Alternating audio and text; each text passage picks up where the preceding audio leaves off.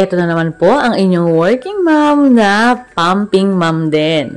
Halika, samahan mo kong mag-harvest ng aking na-pump ngayon dahil free time ko. So, bali 1 hour itong pagpapump ko, 30 minutes sa left at 30 minutes sa right booby. So, bali 15 minutes rest and then 15 minutes kasi para nga ma-maximize ko lang yung time. Itong wearable breast pump na gamit ko ngayon ay yung Yuha na binili ko. Ang smooth lang ng suction niya at very tahimik lang din.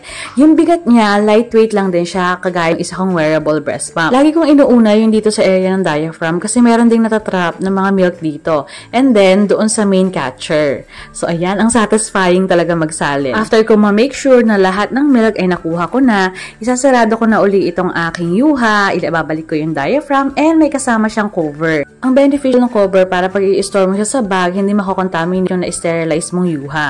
And then, meron tayong na-pump ngayon na 2 ounce. O, diba? Ang power. At ito namang main machine niya, ibabalik ko siya doon sa pouch ng Yuha.